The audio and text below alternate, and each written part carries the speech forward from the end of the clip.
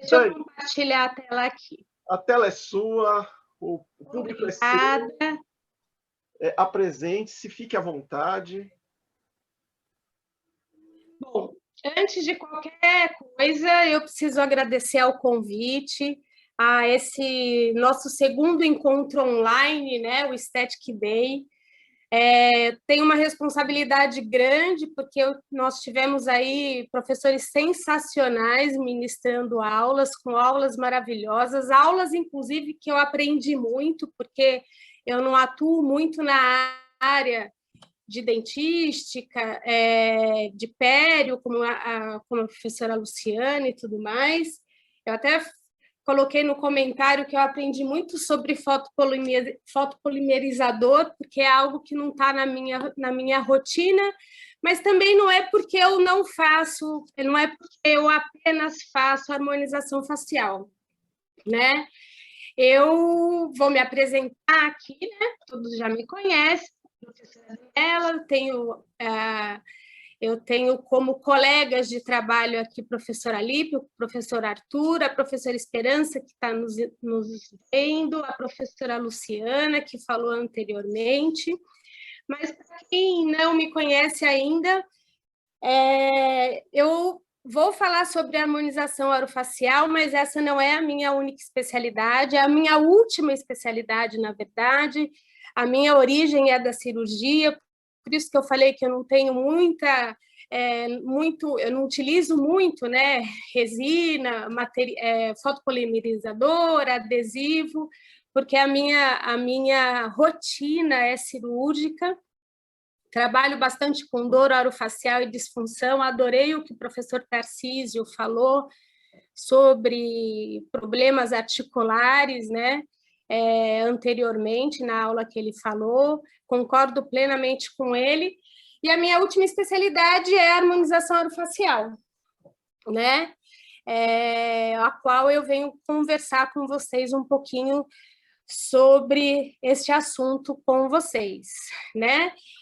Os professores Alípio e Arthur, eles são meus colegas do doutorado, né? A gente está lá, o trio Parada Dura no nosso doutorado. Vamos ver se a gente consegue finalizar esse doutorado em meio à pandemia e à troca de orientadores, né? Isso que é o mais complicado. E qual é o assunto, né? Qual é o meu assunto? Qual é o assunto que eu vou abordar com vocês hoje, né? Eu vou conversar um pouquinho sobre reestruturação facial na harmonização orofacial, falando um pouquinho de processo de envelhecimento e, em decorrência a esses fenômenos fisiológicos que acontecem por conta do envelhecimento, o que a harmonização orofacial pode contribuir para isso, para trazer a harmonia facial para o paciente, né? Eu costumo dizer que a harmonização facial, principalmente para os meus alunos da pós-graduação, que, embora a gente esteja numa nova especialidade, atuando na face como um todo, de maneira que talvez a gente nunca tenha feito isso anteriormente, a gente é cirurgião dentista, né? Não adianta você pensar em fazer,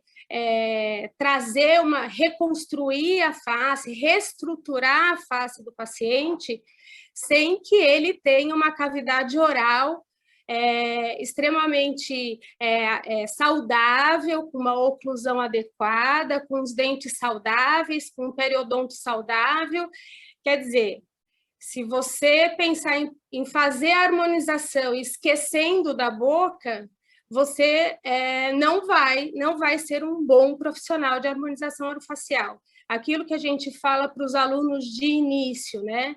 Que a gente trata o paciente como um todo, a gente não trata da boca.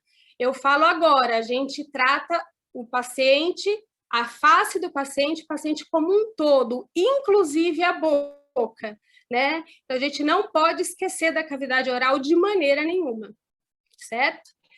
E eu me sinto confortável em falar sobre esse assunto, porque no decorrer da minha aula eu vou falar um pouco sobre bioestimuladores de colágeno, e esse assunto vai ser abordado por mim na minha tese de doutorado, né? Eu vou falar um pouquinho dos materiais à base de fosfato de cálcio sendo utilizados para a promoção de produção de colágeno na bioestimulação, né? Como eu já falei anteriormente, eu, professor Arthur, estamos aí, acredito que com o mesmo orientador na luta na discussão do nosso doutorado. Mas vamos lá, vamos iniciar. Né? Qual é o meu objetivo? É mostrar para vocês um pouquinho de quais são as etapas e o que a gente tem que reconhecer e saber antes de se propor a reestruturar a face do paciente. Por onde que eu começo? Quais são as alterações faciais que ocorrem durante o processo de envelhecimento? Né? Quais áreas eu devo preencher? Eu vou falar um pouquinho sobre bioestimuladores, eu vou falar um pouquinho sobre preenchedores faciais. Eu posso preencher qualquer área? Eu posso utilizar esses produtos a Deus dará em qualquer região? Né? Qual a quantidade que eu devo usar? Então, é lógico que eu não vou conseguir falar aqui tudo sobre preenchedores e nem é esse o objetivo de falar sobre técnicas de preenchimento, mas é mostrar um pouquinho para vocês de como a gente consegue realizar um bom trabalho e devolver o que o paciente quer, que é a harmonia facial. Né? Todas essas questões aqui, deixa eu pegar o laser, né? Não, volta. Eu falei que eu não ia mexer justamente para não dar problemas. Cadê a lupinha que eu não estou enxergando? Bom, deixa para lá. Ela melhor. Como que eu vou... Peraí, gente, deixa... Isso, foi. Como que eu vou fazer... como que eu vou planejar o caso? É esse o foco maior da minha aula e mostrar para vocês o que acontece fisiologicamente dentro do processo de envelhecimento, né? As respostas, quando a gente avalia um paciente, as respostas sempre são muito subjetivas, né? É sempre eu acho, eu acredito, eu faria primeiro isso ao invés daquilo.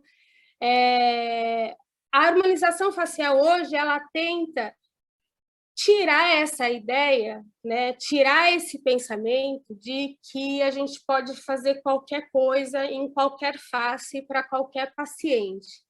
Tudo tem que ser muito bem planejado e muito bem estruturado, porque senão parece que a gente começa a desenvolver uma fábrica de clones, com as pessoas sempre com o mesmo rosto, com o mesmo formato, com o mesmo tipo de lábio, né? Então, e isso não é verdade. A gente tem que casar paciente com o tratamento. Nem todos os tratamentos casam adequadamente com aquele tratamento que o paciente almeja, né? Então, a gente não pode ficar em cima da subjetividade. Eu acho que vai ficar bom isso para você. Não, a gente tem que fugir disso. A harmonização facial ela tem que ser baseada em ciência, ela tem que ser objetiva, ela tem que atuar de maneira a trazer a harmonia para o paciente dentro dos seus limites, né? A harmonização facial não é cirurgia plástica. A harmonização facial ela é feita com procedimentos minimamente invasivos. Então, a gente tem que ser objetivo no nosso plano de tratamento, mostrar para o paciente o que é possível fazer, né? E para que você consiga fazer um bom plano no seu tratamento, a gente tem que identificar os porquês. Por que isso está acontecendo? Por que eu tenho essa face desta maneira neste momento? E o que eu posso fazer para reestruturar essa face? Lógico que dentro dos limites, porque a gente não faz milagre, né, volto a falar, a harmonização facial trabalha com procedimentos minimamente invasivos. Quando eu falo de objetividade e a procura das respostas, eu falo de ciência. Aonde eu vou procurar as respostas para conseguir oferecer para o meu paciente o melhor tratamento? A literatura, né? Então, você conhecer a anatomia da face, eu sou professora, a minha origem é cirurgiã, então eu gosto muito de falar de anatomia. Então, não existe cirurgião dentista que não conheça anatomia, não existe cirurgião que não conheça anatomia e não existe nenhum profissional da harmonização facial que não conheça anatomia. Se não gosta da anatomia, tem que aprender a gostar, porque você, através dela, consegue realizar bons procedimentos e evitar intercorrências, que é o principal. Mas, além disso, entender a face do idoso, né? O que acontece nos tecidos, né? De um indivíduo que que já passou aí dos seus 60 e poucos anos, né? Quais são as alterações fisiológicas da face do idoso? Isso tudo a gente tem que conhecer e buscar na literatura, né? E é esse o objetivo desse slide, né? Sem dados, você é só mais uma pessoa com uma opinião, e não é isso que a harmonização facial quer transparecer. Você quer ter tudo, né? A gente está falando muito sobre isso ultimamente, a gente tem que fazer tudo baseado em dados científicos, no embasamento científico, né, que consiga trazer para o paciente aquilo que a gente de melhor pode oferecer. E quais são, né? O que a gente vai comentar no decorrer dessa aula, né? Por que a face envelhece? Por que o corpo, de uma maneira geral, envelhece, mas eu vou me focar aqui em face? Então, a gente vai conhecer um pouquinho do processo de envelhecimento que leva às alterações faciais, né? Eu vou falar um pouquinho sobre a melhor etapa de tratamento. Às vezes o paciente chega no consultório e fala, olha, eu quero fazer toxina, eu quero fazer um lábio, né? Mas você olha para aquela face, será que aquela face tem condições de receber uma toxina ainda? Aquela face tem condições de receber um lábio, né? De um preenchimento labial? Então, a gente vai falar um pouquinho sobre etapas de tratamento. Algo muito importante que a maioria dos profissionais que se dizem atuar na harmonização facial não realizam, que é a reestruturação dérmica, né? Antes de fazer qualquer tipo de procedimento, eu preciso melhorar a pele, uma derme bem saudável, eu vou conseguir resultados melhores, para que eu consiga, ao final, né, de tudo isso, conseguir devolver a arquitetura facial, restaurar a face daquele paciente, sem se esquecer, logicamente, que uma boa dimensão vertical, um bom suporte labial é imprescindível para que você consiga uma boa harmonização, um bom resultado no seu tratamento de harmonização, né? Uma outra coisa importante que deve ser frisado para os pacientes, principalmente, é a previsibilidade do seu resultado de tratamento.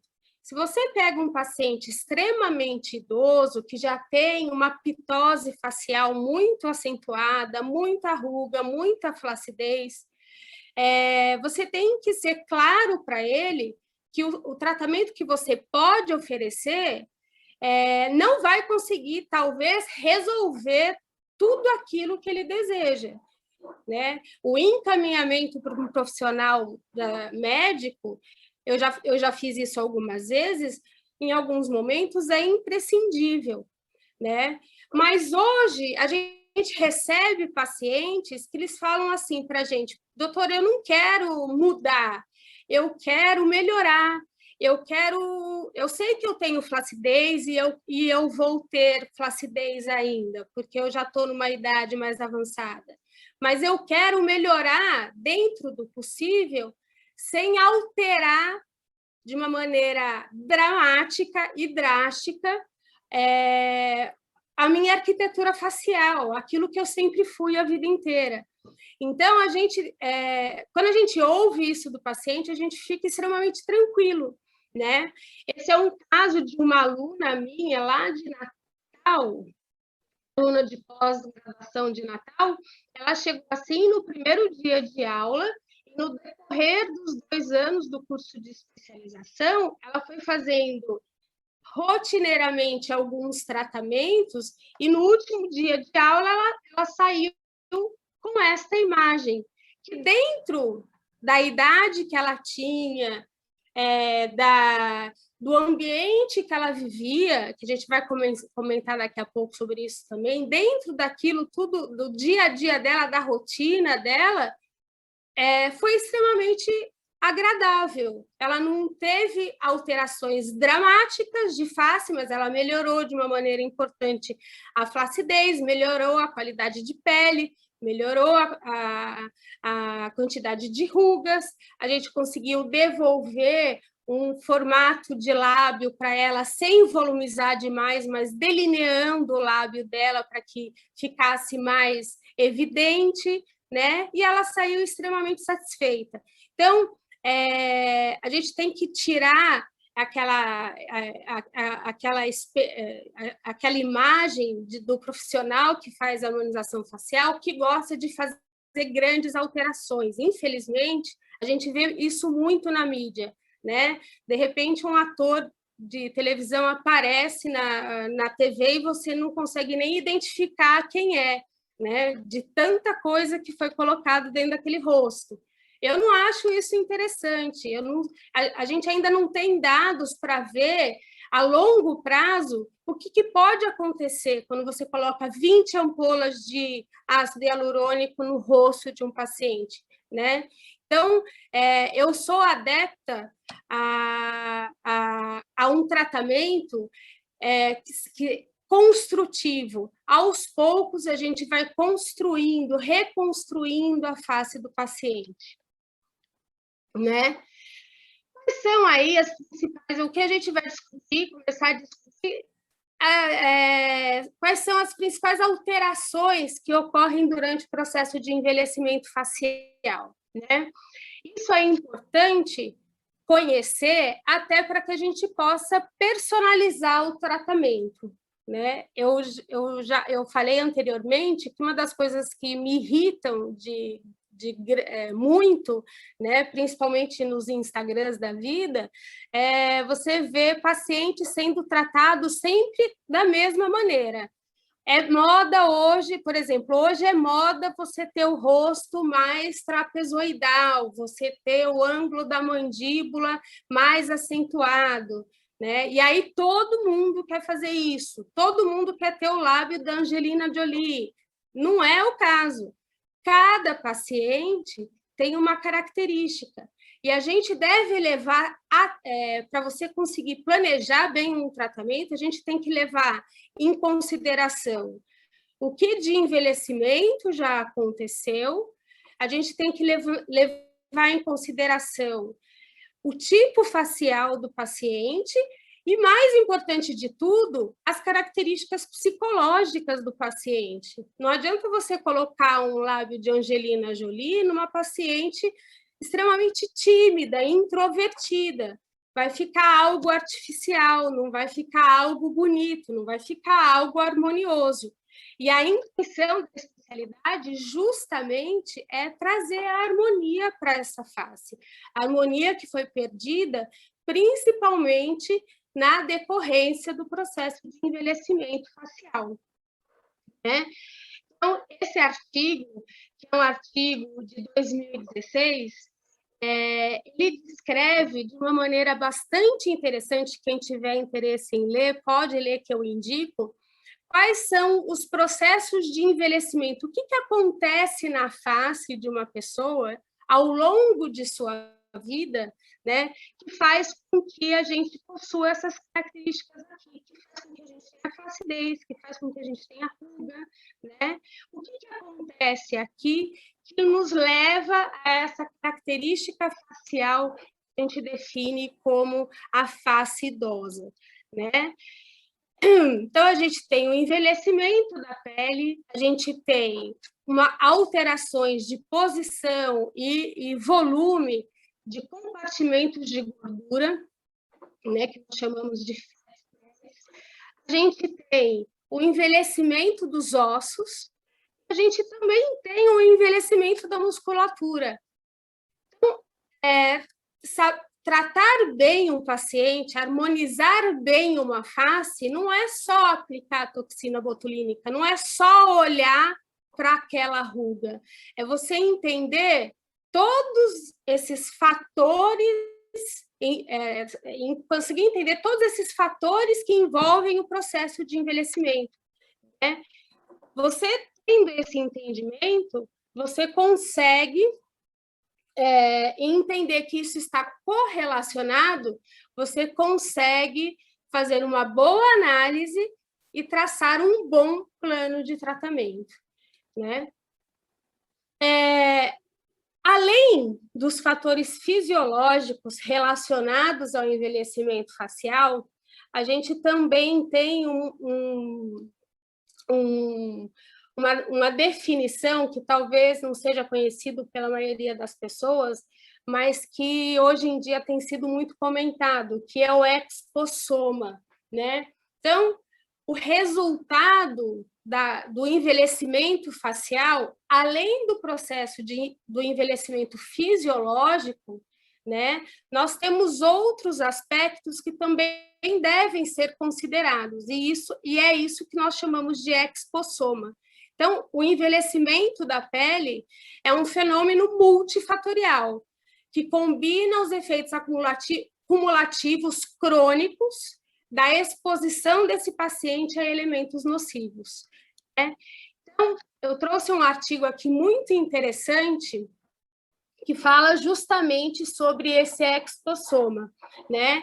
E quais são esses fatores, né, além do fisiológico, que podem trazer o envelhecimento facial, né? Então, eu tenho o ambiente em que eu vivo, né, que está relacionado à poluição, a exposição à radiação solar, principalmente, estresse, né, também está relacionado, nutrição, qualidade do sono, quer dizer, é um conjunto de fatores, né, que fazem com que o paciente possa apresentar uma face mais envelhecida ou não, né?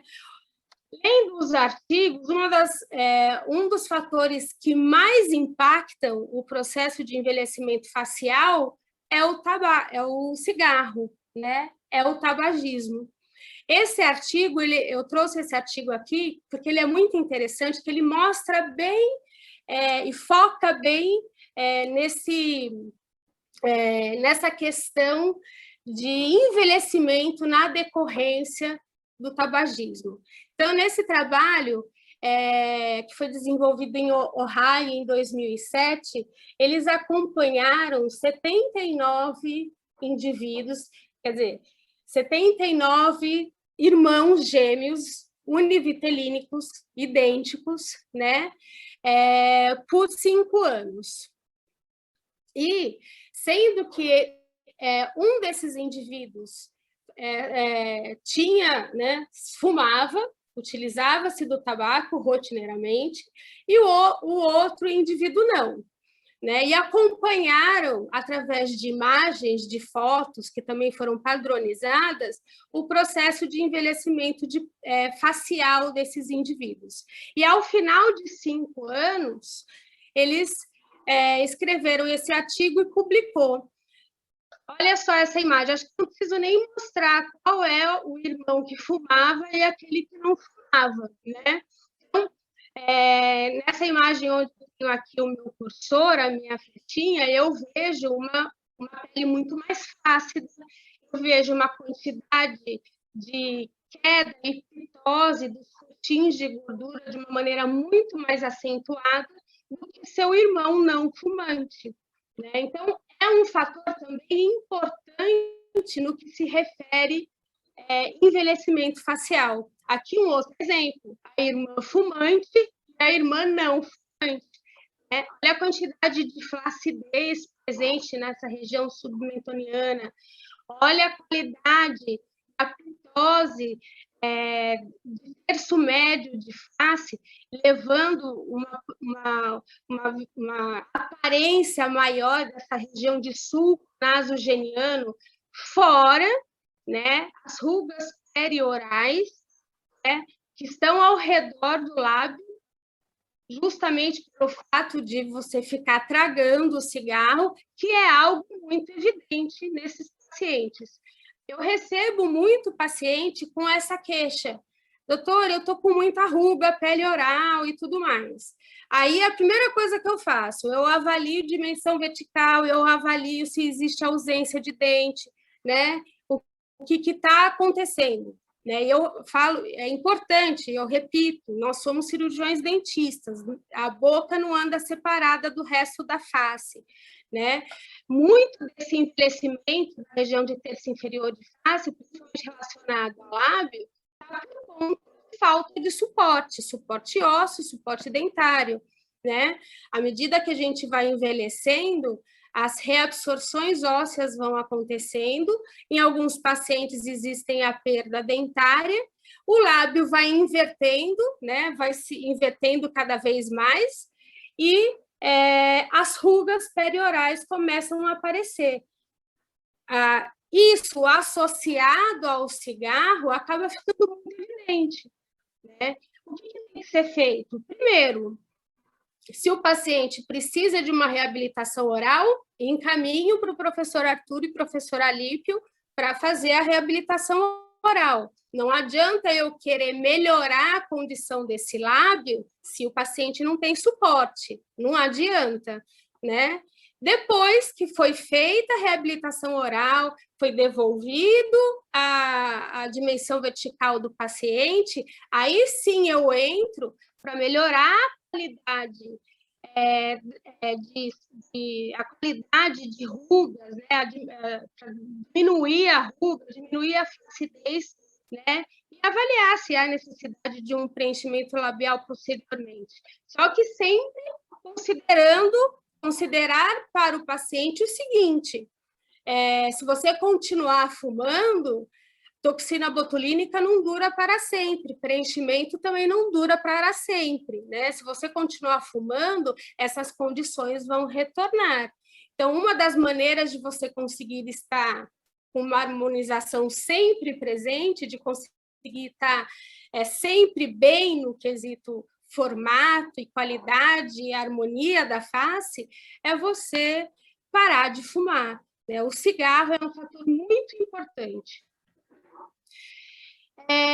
Antes de se iniciar qualquer tipo de tratamento no quesito preencher ou aplicar toxina botulínica no paciente, na hora que a gente avalia esse paciente, a gente tem que verificar como que está a condição da pele desse paciente, né? A gente tem que verificar, como eu já falei, como é que está a condição de dimensão vertical, que é algo muito importante para um prognóstico benéfico. Aí, a seguir, a gente vai avaliar a pele como um todo, né? O que eu preciso melhorar de qualidade da pele, independente do fato, né, dessa pele aqui ser de uma pessoa mais idosa ou não, eu consigo promover alguma melhora, né? Eu preciso pensar em reestruturar a ADN, né? Se a gente pudesse pegar um pedacinho da pele dessa paciente e olhar o microscópio, né, a gente verificaria e constataria que as principais células são aquelas com a responsabilidade de produzir fibras colágenas, elas estão diminutas. Elas possuem uma alteração, né, bastante considerável no seu formato, na qualidade das organelas citoplasmáticas que estão no seu interior. Então, o fibroblasto, que é a principal célula responsável na produção de fibras colágenas, né, ele vai possuir vai apresentar uma diminuição da quantidade de citoplasma no interior dessa célula, uma diminuição das próprias organelas citoplasmáticas que estariam aqui no interior dessa célula, né? Então, essa imagem mostra muito bem isso. Um fibroblasto ativo de uma pessoa mais jovem e um fibroblasto inativo, com a perda das suas funções devido ao envelhecimento facial, né? O que a gente pode fazer aqui? Existe tratamentos para melhorar essa condição? Sim, né? Existem. É lógico que esses tratamentos eles vão ser mais eficazes quanto mais jovem for o paciente. Mas a gente consegue, sim, através de bioestimuladores, melhorar a qualidade e a produção de formação de colágeno por esses fibroblastos. Então, a gente tem fibroblastos inativos, uma diminuição do citoplasma, uma célula que está quase que atrófica, uma baixa quantidade de síntese de proteína e um colágeno que está mais desorganizado, diferente, né, de uma célula jovem e saudável, né? A gente viu aí nas aulas anteriores algumas imagens trazendo fibras colágenas relacionadas à dentina, né? E eu trago aqui as fibras colágenas relacionadas à nossa derme. A derme é uma das camadas mais importantes da pele, né? A pele é formada basicamente por duas camadas, a epiderme, que é tecido epitelial, e a derme, que é tecido conjuntivo.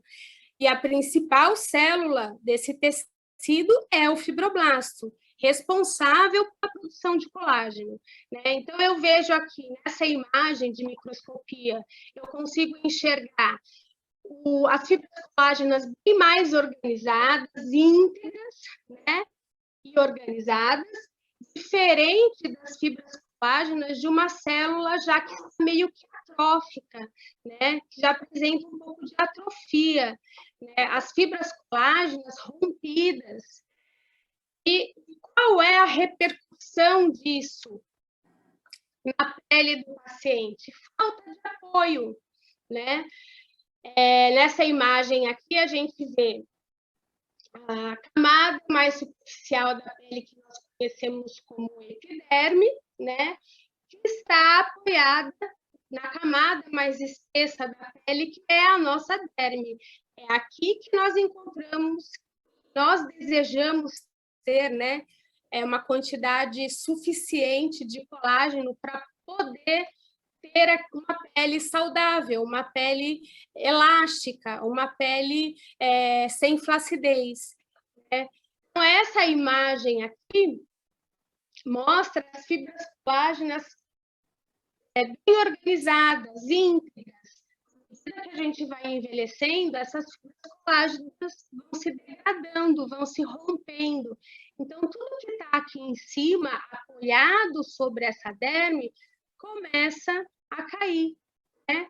É a nossa já conhecida lei da gravidade, né? Tudo que está em cima cai em algum momento da vida. O que a gente precisa fazer? Postergar esta situação, né? Tentar melhorar, evitar que essas fibras colágenas fiquem desorganizadas, evitar que essas fibras colágenas deixem de ser produzidas, né? E estimular a produção de fibras colágenas pela pele. E nós temos alguns tratamentos na harmonização facial que nos possibilita isso. A formação de rugas, a flacidez, né? Aqui a gente consegue enxergar a flacidez palpebral, junto com essa formação de rugas, ela está relacionada a uma diminuição na capacidade de formação de colágeno. Mas não é só isso que acontece no processo de envelhecimento facial. A gente tem uma sequência de outros fatores, né, que a gente vai comentar aqui. No que se refere à derme, né, todos os tratamentos que a gente propõe na harmonização facial é para conseguir melhorar a produção de colágeno, impedir a sua degradação, para que eu consiga manter uma boa elasticidade, para eu diminuir a flacidez, para eu diminuir a quantidade de linhas e rugas de expressão e também diminuir o aumento das pigmentações melânicas, que é o que a gente conhece pelos melasmas, né? Que é um dos maiores inimigos das mulheres, principalmente devido às alterações hormonais que ocorrem também com a idade. Mas, como eu já falei, né, não é só isso que acontece, não são só as alterações dérmicas que acontecem no processo de envelhecimento.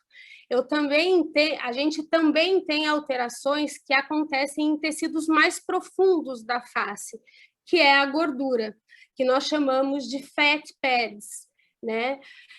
A flacidez facial e essa pitose que leva à proeminência, a uma marca mais acentuada desse sulco nasogeniano, que leva também uma marca mais acentuada desse sulco, que a gente chama de marionete, né?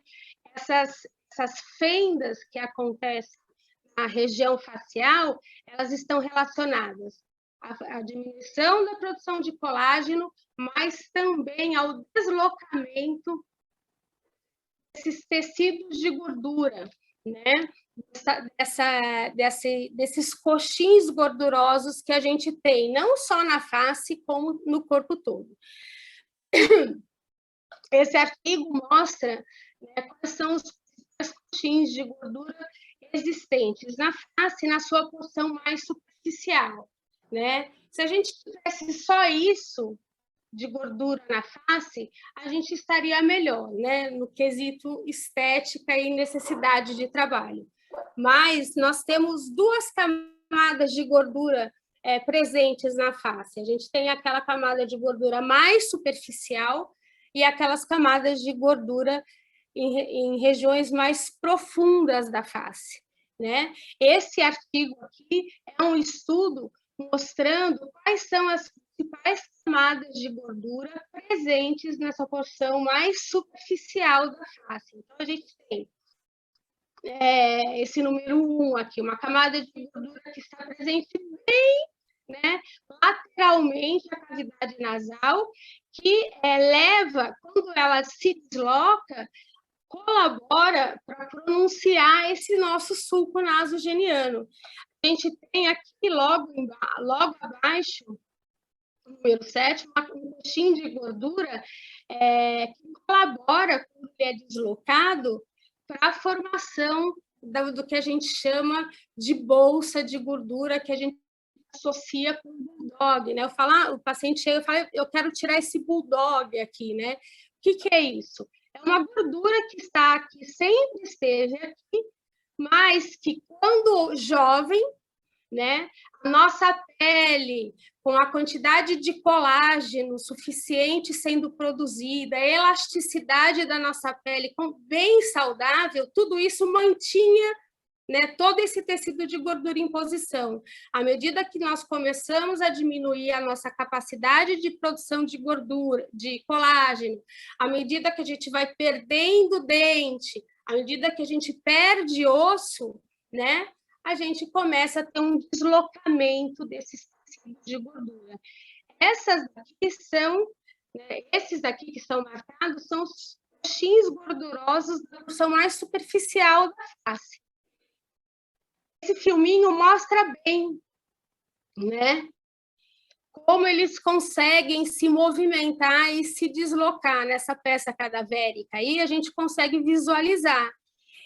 Em qualquer posição que eu tracione, ou essa porção mais superior, né, ou nessa região mais sobre o zigomático, quando a gente manipula, tudo movimenta. Por quê? Porque eles estão interligados em si.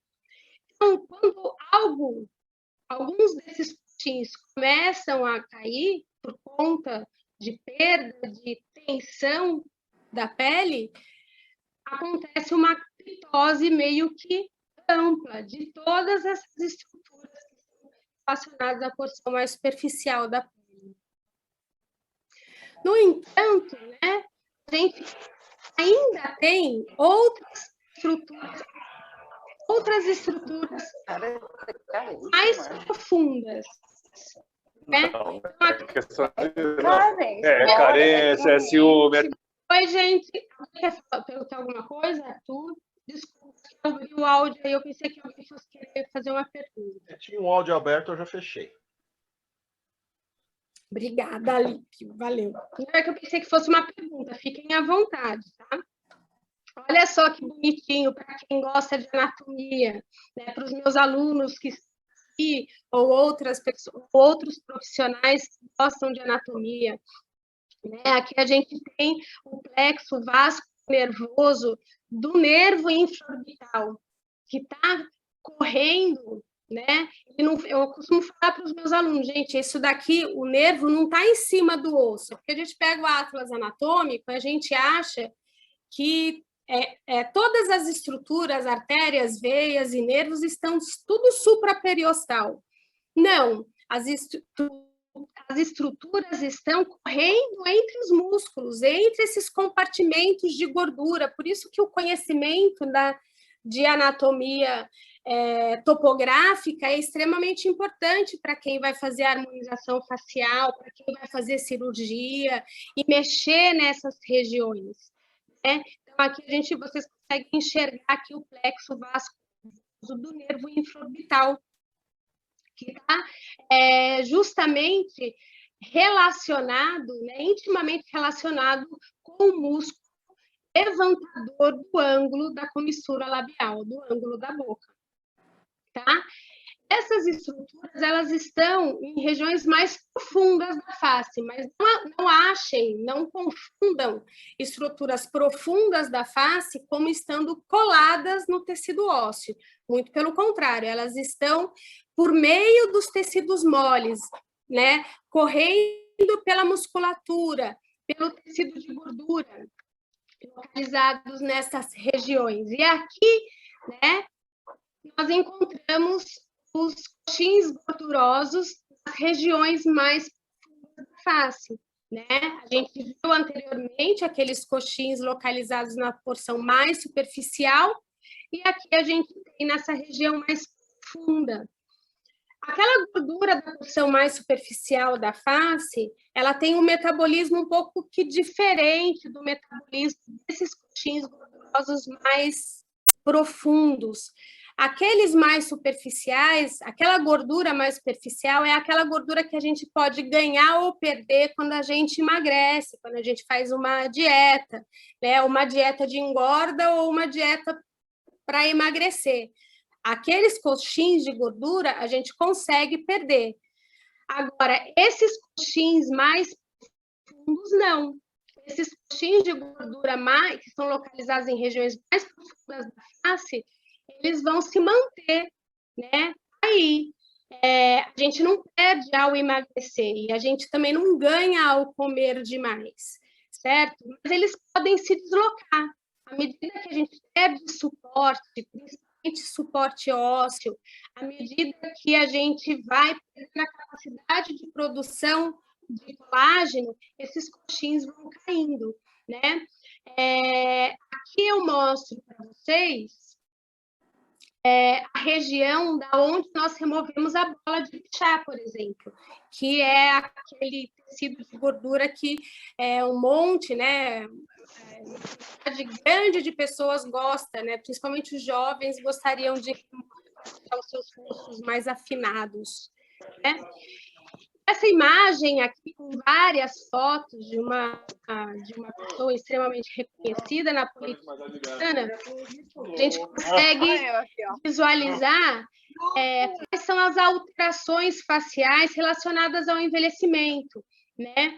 Então, uma pessoa jovem que tem os coxins de gordura e a pele bem estruturada, à medida que vai envelhecendo, isso vai ficando cada vez mais evidente, né? A flacidez mais evidente, o acúmulo de gordura nessa região mais inferior da face. Todos esses acontecimentos, eles acabam sendo mais evidentes e acontecem com maior importância por um outro motivo, que é o envelhecimento ósseo. Nós que somos cirurgiões dentistas, a gente sabe que à medida que a gente vai envelhecendo, ocorre uma reabsorção óssea, tanto em maxila como em mandíbula, né? Principalmente se a gente tem perda dentária. Mas não são só essas regiões que envelhecem. Os ossos de todo o nosso corpo vai perdendo densidade. Os ossos de todo o nosso crânio também vão perdendo densidade. Zigomático, maxila, mandíbula, região periorbicular.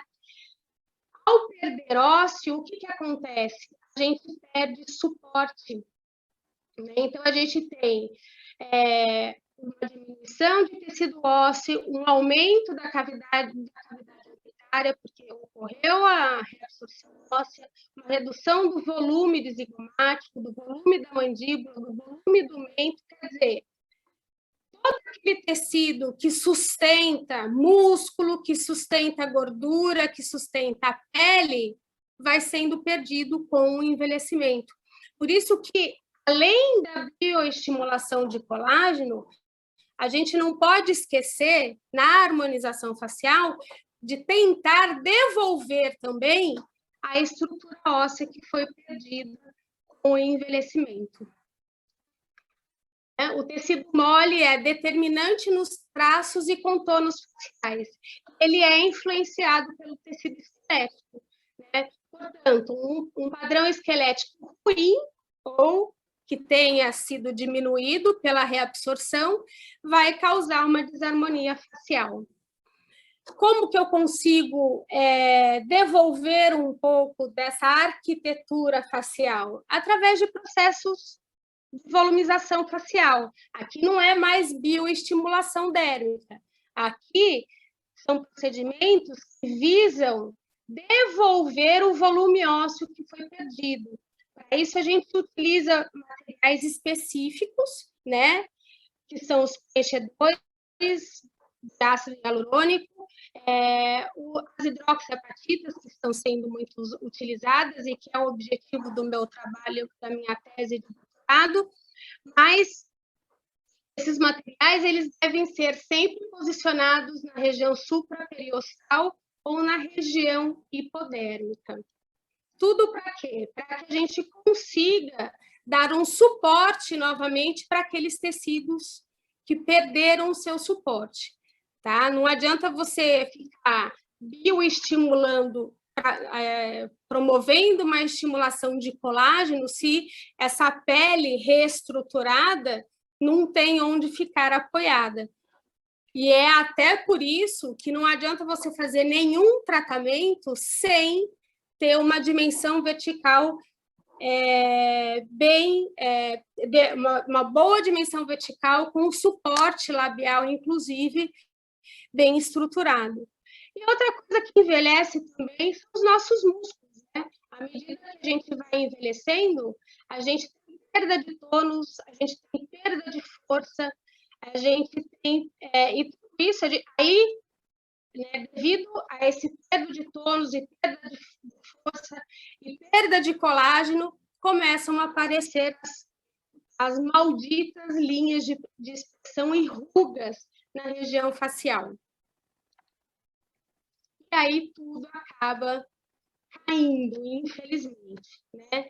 Então, quando a gente pretende tratar um paciente de uma maneira adequada, se a gente for traçar um protocolo, não gosto de falar de protocolo, mas se a gente for pensar em restabelecer, a reestruturar a face de maneira mais adequada, a gente deve se lembrar em todos esses compartimentos, tentar reestruturar todos esses compartimentos, para que, enfim, a gente possa ter um resultado satisfatório, né?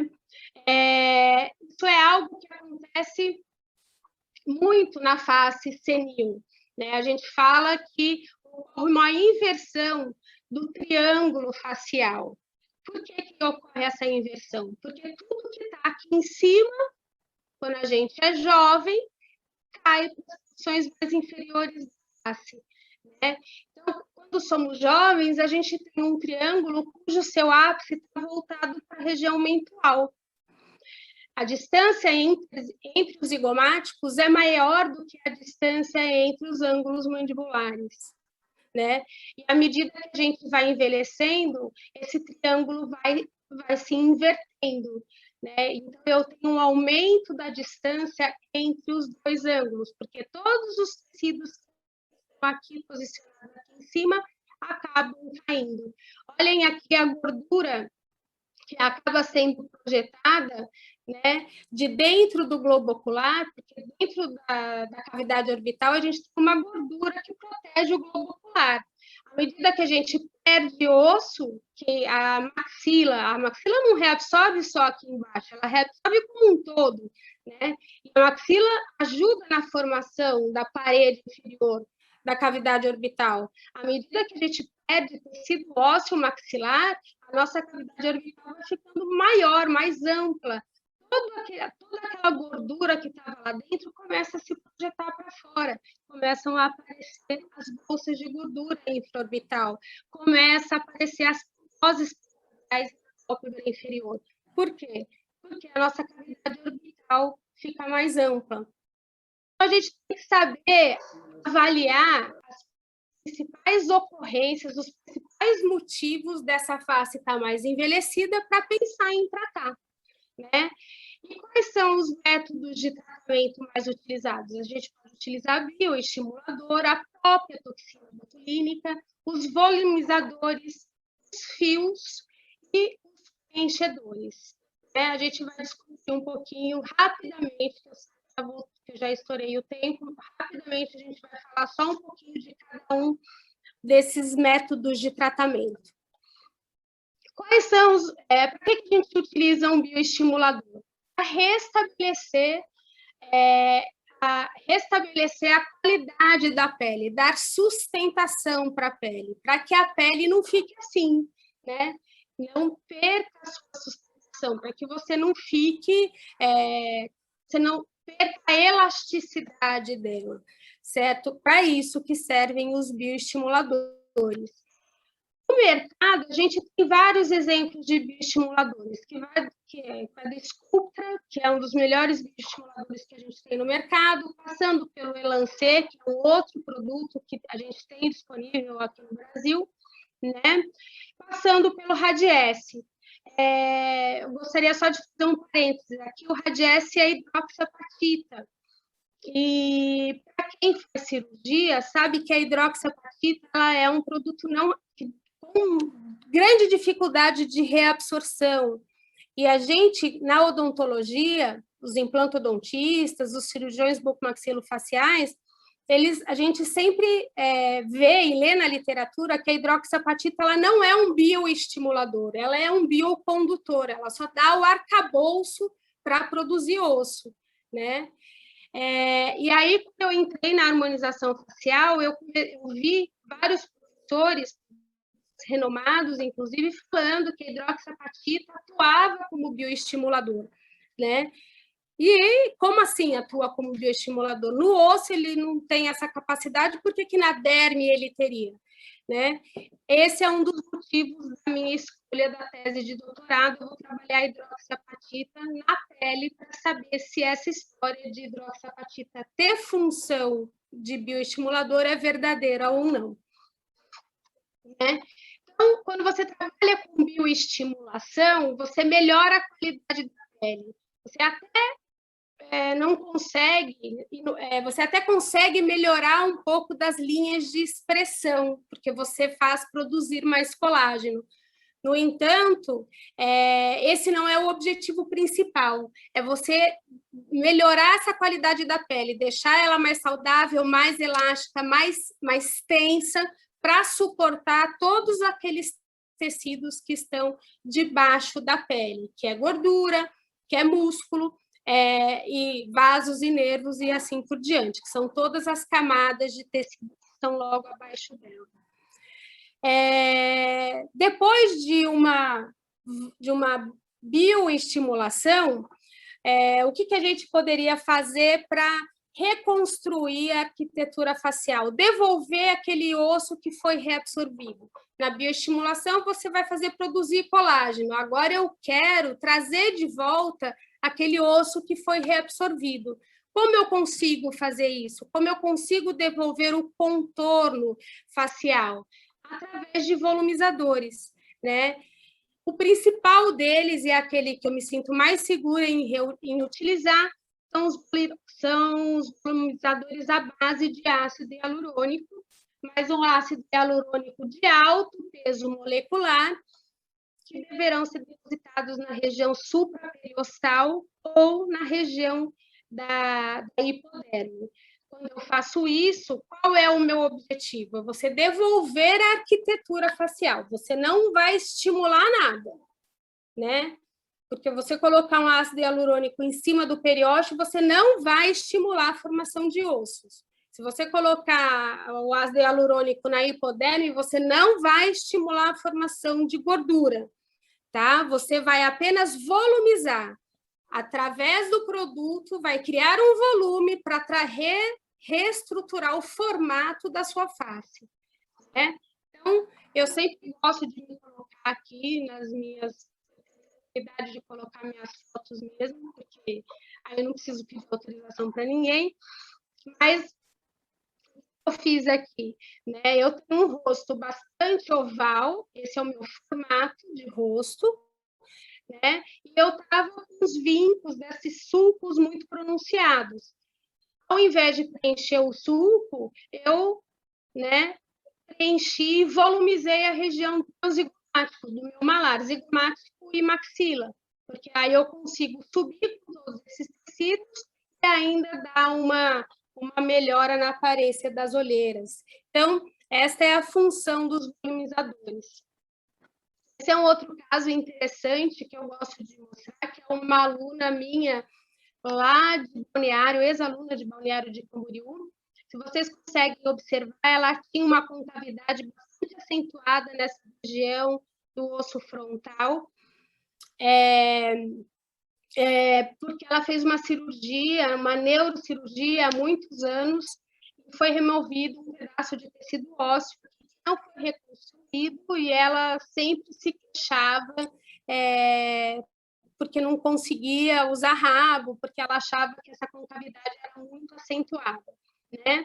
Então, através de preenchimento de um volumizador que eu utilizei, que foi o ácido hialurônico, a gente conseguiu aí alinhar um pouco, né, um pouco mais esse semblante dela, devolvendo um pouco mais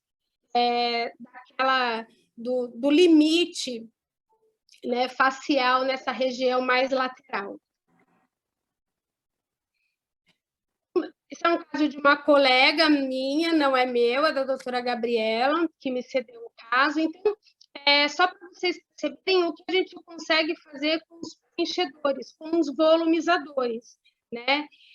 Mas nunca confundir tratamento de volumização com bioestimulação de colágeno. O que a gente consegue fazer também para colaborar nesse resultado de reestruturação facial? A toxina botulínica, né? A toxina botulínica é o produto utilizado exclusivamente para remoção de linhas de expressão, de rugas e tudo mais. Ele não atua na flacidez facial e nem vai melhorar a volumização da face, melhorando a arquitetura facial, mas ele vai diminuir, né, a aparência dessas rugas de expressão que a gente adquire com envelhecimento facial. E mais relacionado à nossa odontologia, a gente também trabalha com a toxina botulínica no tratamento de sorriso gengival, né? É lógico que existem tratamentos que são permanentes, né? As cirurgias periodontais é um exemplo, a própria cirurgia ortognática, um outro exemplo, mas existem pacientes que não querem passar por estes procedimentos, então a toxina botulínica pode ser uma indicação interessante. Os fios faciais,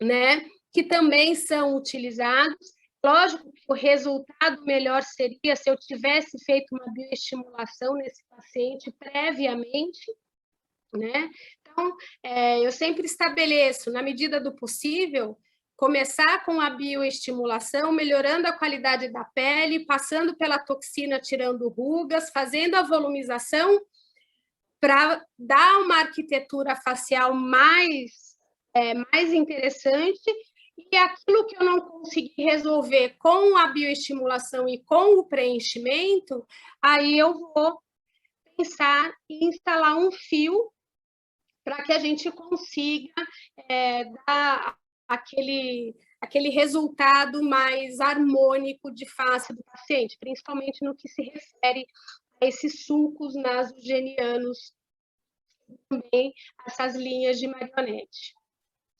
Esse é um outro caso que a gente utilizou fios faciais, para a gente consiga tracionar esse tecido nas regiões mais superiores da face, trazendo de volta aqueles pontinhos de gordura para a sua posição.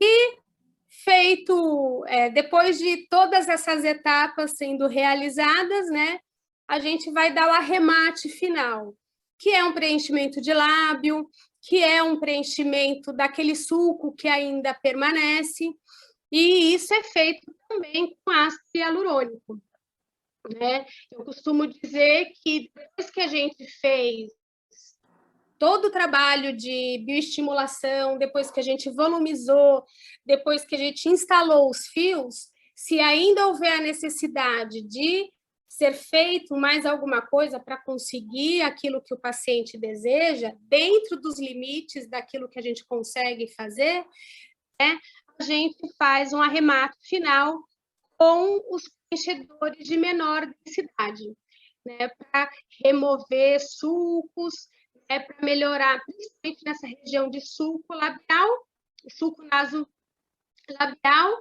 né, como nesses dois casos, ou também, né, conseguir fazer as volumizações e os preenchimentos labiais.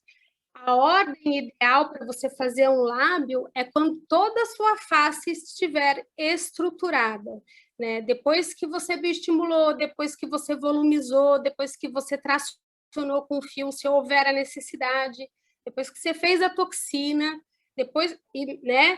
E depois que o paciente fez o seu tratamento odontológico, uma reabilitação adequada para devolver aí a dimensão vertical, aí sim, né, você pensa em fazer algo no que se refere a lábio, né? Não adianta nada você, por melhor escultora que você seja, né, por melhor artista que você seja, se esse lábio não tiver suporte, você não vai conseguir trazer harmonia labial para aquela face do paciente. Tá? Então, é o arremate final. Os lábios emolduram o sorriso do paciente, né? E para o paciente conseguir sorrir, ele precisa ter dentes apresentáveis e bonitos. E isso, né? Todos os profissionais que falaram antes de mim mostraram com grande clareza o que se pode fazer, né? Não adianta ter um lábio preenchido sem ter dentes saudáveis e bonitos para serem mostrados, tá? O que importa, né, o que a gente não pode nunca tirar da nossa cabeça é tentar manter o equilíbrio sempre. São etapas, né? Eu gosto dessa imagem, ela mostra que o equilíbrio a gente consegue quando a gente começa a trabalhar da base, né? Você trabalha a base para depois você seguir para as etapas posteriores. Qual é a base? É a reestruturação dérmica, é bioestimular e melhorar essa pele. Depois você passa para toxina, para remoção de rugas, depois você passa para volumização óssea, dentro do possível, aquele osso que foi perdido, e aí você faz os arremates finais, ou com fio, ou com preenchedores, né? Então, pular a etapa não vai te trazer resultados satisfatórios. E não deixe o paciente, e não entre na onda do paciente. Às vezes o paciente quer fazer mudanças radicais, quer voltar a ter o mesmo rosto que ele tinha 20 anos atrás. A harmonização facial trabalha com procedimentos minimamente invasivos. Não tem como você fazer com que aquele paciente tenha o mesmo rosto que ele tinha há anos atrás, né? Então, você tem que mostrar para o paciente, dentro da idade que ele tem, dentro das condições de vida que ele possui, né, você consegue chegar a um determinado resultado. Isso tudo tem que ser combinado previamente, né? Essa paciente eu gosto muito de mostrar, porque ela é uma paciente que chegou nessas condições para a gente, e a gente fez praticamente quase tudo nela. A gente bioestimulou, a gente volumizou, a gente fez a toxina botulínica. A única coisa que não foi feita nela foi lábio, porque ela não queria, ela não queria mexer no lábio. Mas ela não perdeu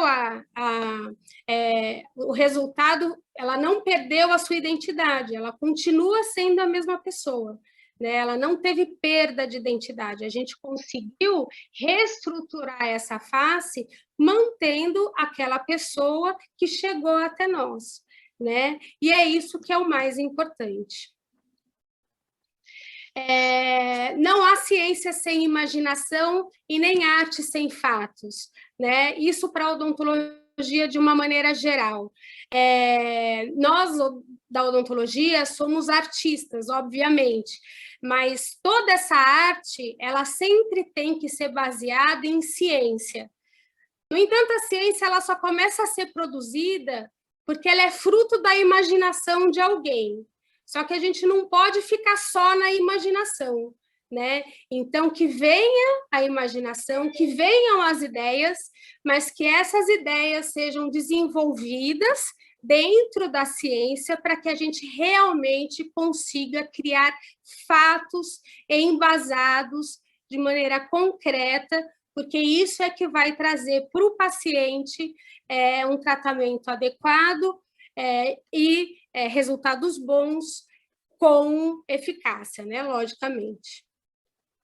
E como eu sou professora de odontologia, de anatomia, né? Na verdade, eu não poderia deixar de mostrar uma das imagens que eu gosto de trazer, que é a minha relação com o crânio, né? Adoro, é meu melhor amigo. Eu acredito que na odontologia eu passo isso para os meus alunos, eu gostaria que todos eles tivessem essa visão. Nada se constrói sem o conhecimento de ciências básicas, e a anatomia é uma ciência básica, tanto para que você consiga ter bons resultados, como também para que você consiga evitar intercorrências nos seus tratamentos. E é isso que eu queria falar com vocês. Me desculpe se eu ultrapassei muito do horário. Dani, parabéns, excelente aula.